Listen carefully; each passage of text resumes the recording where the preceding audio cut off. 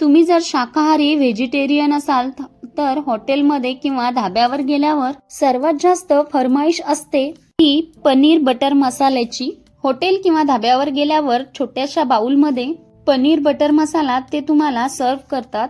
अगदी 2 माणसांना सुद्धा ती व्यवस्थित पुरत नाही।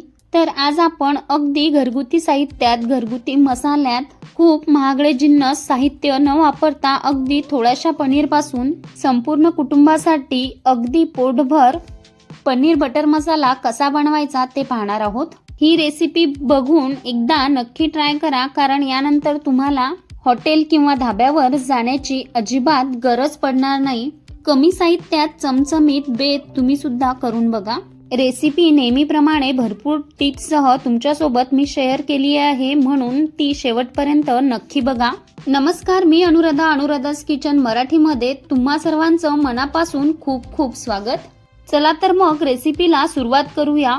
हॉटेल किंवा धाबा स्टाईल चमचमीत पनीर बटर मसाला बनवण्यासाठी लागणारं साहित्य पहिल्यांदा बघूया।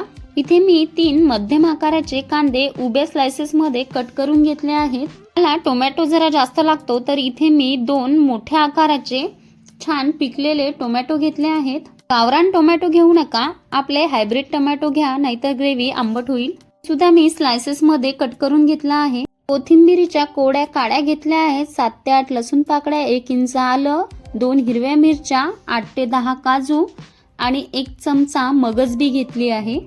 त्यानंतर काही खडे मसाले घेतले आहेत, जिरं, दालचिनी, वेलची, तेजपान, लवंग, चक्री फूल आणि जावेत्री। साहित्य थोडा वेळ साईडला ठेवून घेऊ आणि इथे मी 200 ग्रॅम पनीर घेतला आहे, त्याला क्यूब मध्ये असं कट करून घेणार आहे आणि काही थोड्या मसाल्यांसोबत हे मॅरिनेट करून थोड्या वेळासाठी साईडला ठेवणार आहे। तुम्हाला हवं असेल त्या आकारात तुम्ही पनीरचे क्यूब करून घेऊ शकता। मी इथे खूप असे मोठे किंवा खूप छोटे असे क्यूब केले नाहीत, अगदी साधारण पनीरचे क्यूब किंवा तुकडे इथे करून घेतले आहेत। त्यानंतर यामध्ये पाव चमचा लाल तिखट, पाव चमचा हळद आणि पाव चमचाच मीठ टाकून हे छान यामध्ये मिक्स करून घेतलं। आदर पनीरला ते छान असं कोट करून घेतलं आहे। पनीर या पद्धतीने मॅरिनेट करून ठेवलं की त्याची मसाल्यांची चव पनीरच्या आतपर्यंत जाते आणि ते खायला छान लागते।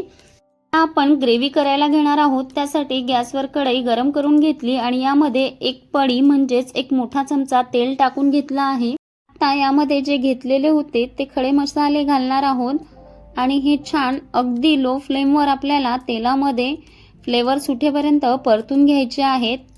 पनीर बटर मसाल्याची ग्रेव्ही जी आहे ती अगदी माइल्ड असते, त्यामुळे आपल्याला इथे आलं आणि लसूण सुद्धा परतून घ्यायचा आहे। मसाले परतल्यानंतर यामध्ये उभा चिरलेला कांदा टाकून घेऊ आणि हा सुद्धा छान आपण परतून घेणार आहोत। कांदा आपल्याला खूप जास्त डार्क परतायचा नाही, हलका असा गुलाबी रंगावर येईपर्यंत कांदा आपल्याला इथे परतून घ्यायचा आहे। कांदा असा हलका 3-4 मिनिटं गुलाबी करून घेतला आहे। आता यामध्ये बाकीचं साहित्य टाकून घेऊ। साहित्यात दाखवताना मी 2 हिरव्या मिरच्या दाखवल्या होत्या, पण इथे मी 1च हिरवी मिरची वापरली आहे। आलं, लसूण, कोथिंबीरचे देठ, टोमॅटो, 8 ते 10 काजू, 1 चमचा मगजबी।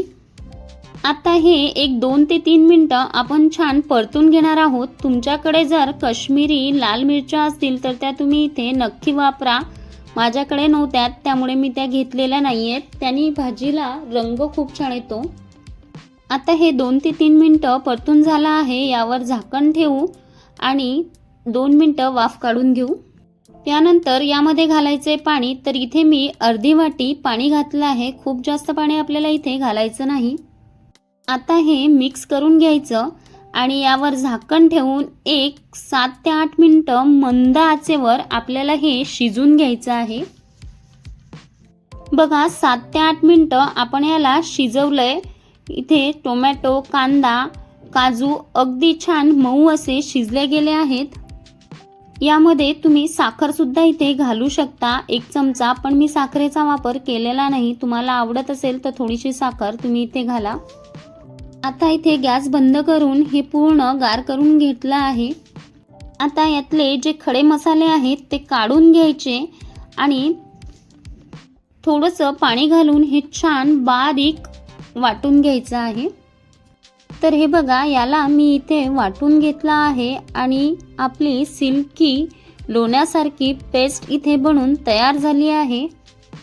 आता आपली इथे पहिली स्टेप पूर्ण झाली आहे। आता आपल्याला दुसरी स्टेप करायची आहे। आता कढई गरम करायला ठेवली आहे, त्यामध्ये घ्यायचं आहे 1.5 मोठा चमचा तेल। त्यानंतर यामध्ये जे मॅरिनेट करून ठेवलेलं पनीरचे क्यूब होते ते घालून शॅलो फ्राय करून घेणार आहोत। पनीर फ्राय करायचं की नाही हे पूर्णपणे ऑप्शनल आहे, पण इथे मी पनीर हलकंसं असं शॅलो फ्राय करून घेतलं आहे। बऱ्याचदा काय होतं की पनीर फ्राय केलं की ते असं चिवट होतं, अगदी रबरासारखं, पण आपल्याला पनीर असं छान हलकंसं फ्राय करायचं आहे आणि अगदी कोमट पाण्यामध्ये आपण हे पनीर ठेवणार आहोत, जेणेकरून हे चिवट अजिबात होणार नाही। खूप जास्त इथे मी पनीर फ्राय केलं नाही, अगदी हलकंसं शॅलो फ्राय करून घेतलं आहे। आता हे पनीर एका प्लेटमध्ये काढून घेणार आहे आणि साईडला जे गरम पाणी केलं आहे त्यामध्ये हे अगदी हलक्या गुणगुणी गरम पाण्यात हे पनीर ठेवणार आहे, जेणेकरून पनीर चिवट होणार नाही। आता उरलेल्या तेलामध्येच इथे मी 1 चमचा बटर घालणार आहे आणि बटर छान मेल्ट झालं की यामध्ये तयार केलेला मसाला घालून घेणार आहे।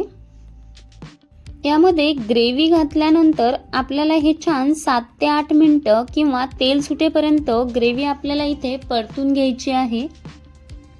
गॅस आपल्याला इथे मध्यम ठेवायचा आहे आणि जवळपास छान 7 ते 8 मिनिटं आपल्याला हे असं परतून घ्यायचं आहे। ही ग्रेव्ही आपल्याला झाकून शिजून घ्यायची आहे, नाहीतर ही ग्रेव्ही अशी चटचट अंगावर उडते, त्यामुळे मी असं झाकण ठेवून मधून मधून फिरवत ही ग्रेव्ही शिजून घेणार आहे। तर यामध्ये काही मसाले घालणार आहे। त्यासाठी अर्धा चमचा काश्मीरी मिरची पावडर, तिखट मिरची पावडर पाव चमचा, 1 चमचा धने जिरे पूड, पाव चमचा हळद, चवीनुसार मीठ, अर्धा चमचा किचन किंग मसाला, पाव चमचा गरम मसाला टाकून हे छान यामध्ये मिक्स करून घेणार आहे आणि झाकण ठेवून एक 7 ते 8 मिनिटं हे छान शिजवून घेणार आहे।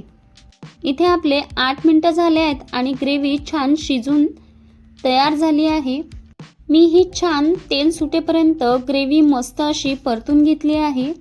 अगदी तुम्ही बघू शकता इथे आपल्या मसाल्याला रवेदार असं टेक्स्चर आलं आहे आणि तेल सुद्धा छान सुटलं आहे।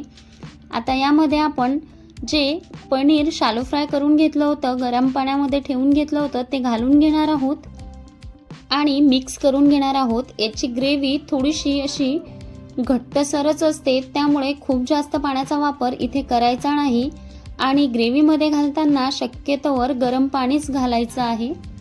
आता हे पनीर यामध्ये व्यवस्थित हे मिक्स करून घेतलं आणि झाकण ठेवून एक 2 ते 3 मिनिटं पुन्हा हे आपण शिजून घेणार आहोत। एक 3 मिनिटानंतर तुम्ही इथे बघू शकता आपल्या भाजीला छान असं तेल सुटलं आहे, तरी सुटली आहे आणि इथे आपलं पनीर बटर मसाला बनून तयार झाला आहे। तुम्ही इथे मिल्क पावडर किंवा मग दूध किंवा दुधावरची साय घालू शकता। मी कुठलीही साय किंवा मिल्क पावडर घातलेली नाही। त्यानंतर यामध्ये थोडीशी कस्तुरी मेथी घालून पुन्हा हे एक वेळ मिक्स करून घेऊ। तर इथे आपला पनीर बटर मसाला बनून तयार झाला आहे।